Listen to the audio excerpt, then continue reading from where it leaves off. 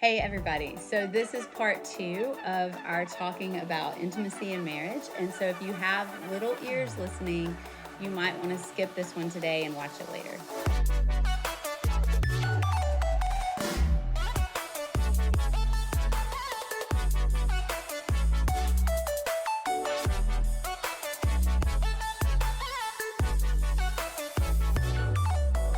Well, welcome back, everybody. Again, we're talking about sex and intimacy in marriage. So, the question's kind of like, did you have sex last week?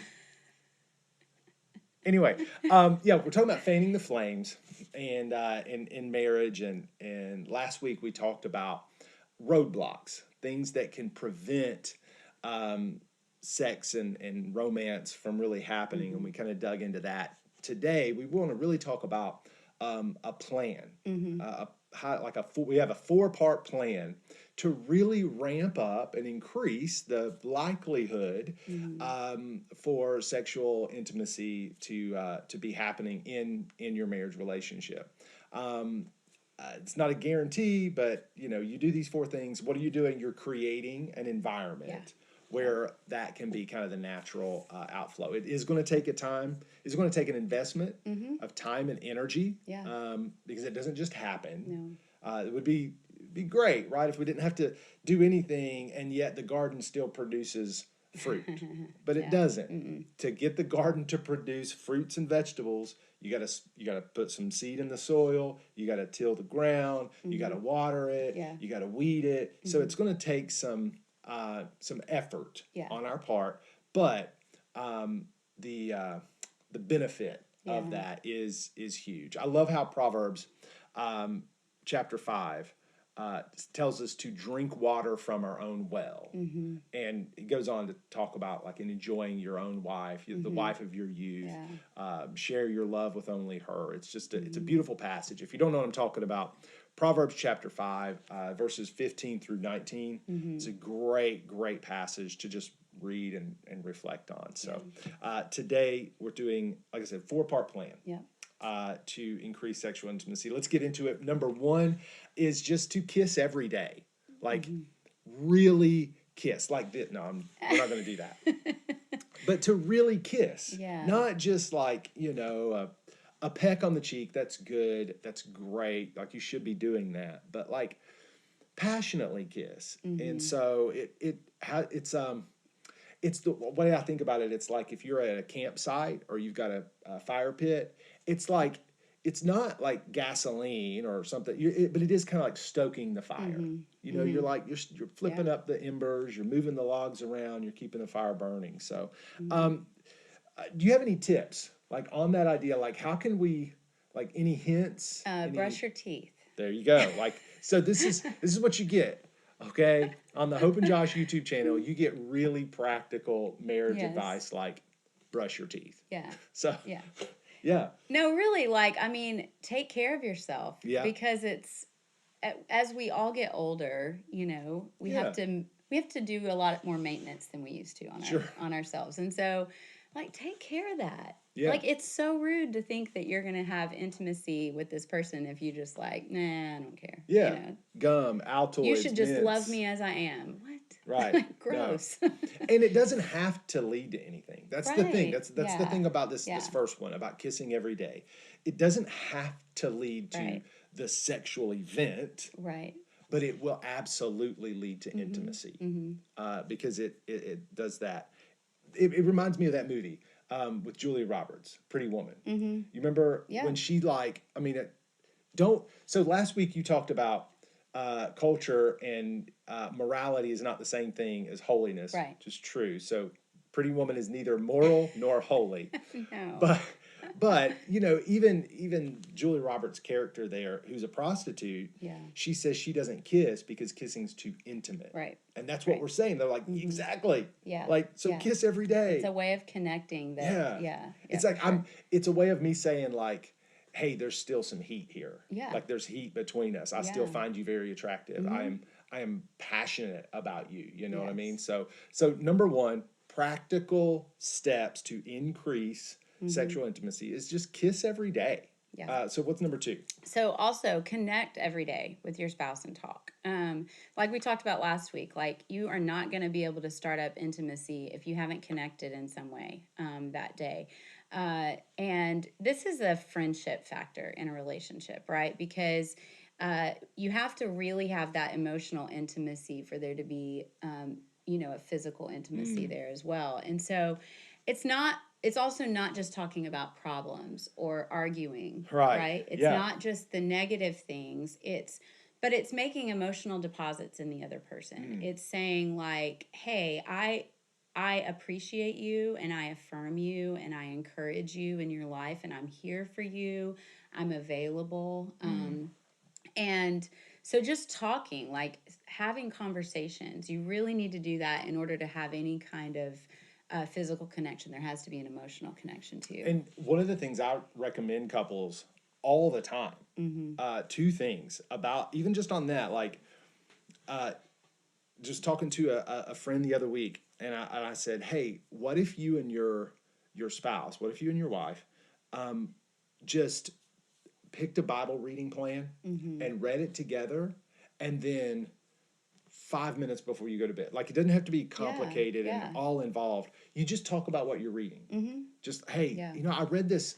Maybe we're reading a proverb a day, like a chapter of Proverbs a day. Hey, I read in today's proverb, this passage, and it really kind of spoke to me. And I think this is what I thought about it. And you just share that, and then they, return, oh, okay, and this is what stood out to me. And you just connect. Like you said, it's not a problem to be fixed. Right. It's not an issue to be resolved. It's not a conflict to be. Sometimes it might be. Talk, but like when even something as simple as we're talking about the Bible together. Yeah. That is enriching and life-giving conversation. You know what I mean? Like it's like you said, it's making emotional deposits and praying together. Yeah. Okay, so how can you expect your spouse to show up in a crisis and pray over you and pray for you if you guys have never prayed together in the normal day to day? Just praying and out loud to each other, which is really weird when you first do it. But the more you do it, you get used to it, and it's really important because in those life crises, in those moments, in the, as we say, like the middle of the night when something's wrong and you need someone to pray over you, you can reach over to that person and say like, hey, I'm in pain right now, I need you to pray over me, can you pray for me? You're going to want that in those moments, you're going to need that. And if you haven't cultivated a life together of praying and speaking over each other, in prayer, then that'll be even harder to have, in those moments, and it's super important. So. And praying with your spouse is actually a really great way just to pray better. Yeah. We were talking to our son just last week, and he was like, "Hey, how do you just freestyle like that? Like just freestyle prayer?" And we were like, "Hey, because we pray out loud a lot." Yeah. But number one, we pray out loud by ourselves, but we're also comfortable praying out loud with others, and it's practice. Yeah. And so, if you're interested in praying better, pray with your spouse. And it gets over a little bit of that uncomfortable factor. Yeah. So, all right. So, number 3. Yeah. So, date and court your spouse. Yeah. It is hard sometimes to make date nights a priority, especially if you have little kids. But it's really important, and it doesn't have to cost $1 million. Like, you don't have to go to the best restaurant. You don't have to go to a movie, which to me costs $1 million these days. You don't even have to leave the house, but you do need to spend time together doing something. And so, whatever that is, I know one of the things, like if you're in a season like we are, where you have like older kids in the house and little kids, there are times where we want to go eat out, but we don't want the whole family to go. We don't want to take everybody to that. One, it could be really expensive that way. Very expensive.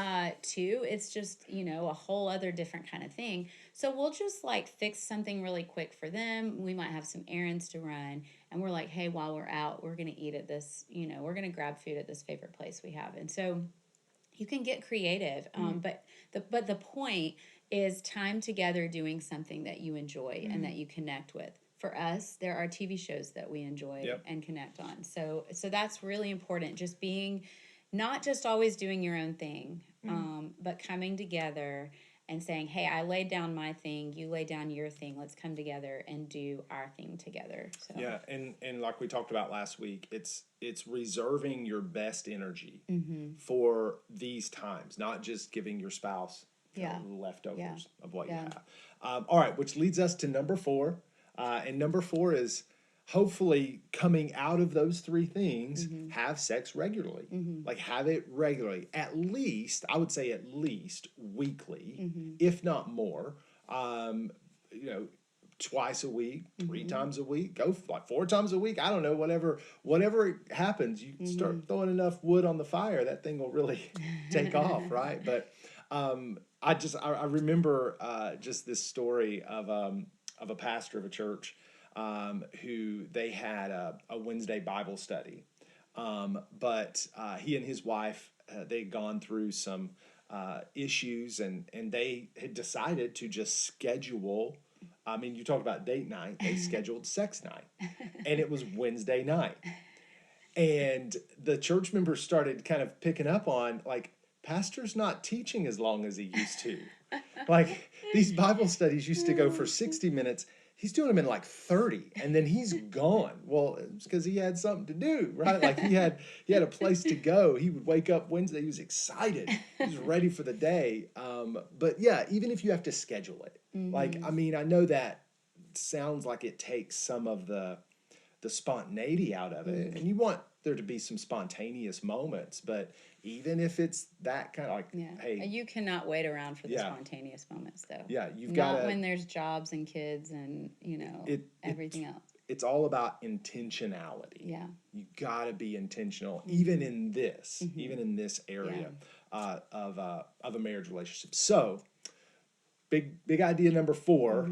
Have sex regularly. So, well, that wraps up our conversation on really sex and intimacy in marriage. And so, hopefully, you've enjoyed that. Hopefully, you've picked up a couple things, 1 or 2 things that you can really take and apply to your relationship. With hope it's helpful. If you have found it helpful, it would mean the world to us to hit subscribe, hit the like button, to share this video with friends of yours. And we would probably end it this way.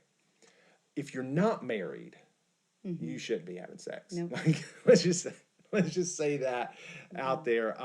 No condemnation, no judgment, no guilt if you are, if that's what's happening, but what you're going to discover is the beauty of this, the holiness of this intimacy between a husband and wife. Really, the best fruit grows in that environment of a marriage. And so we hope you've had a good time tracking along with us, and we'll see you again next time.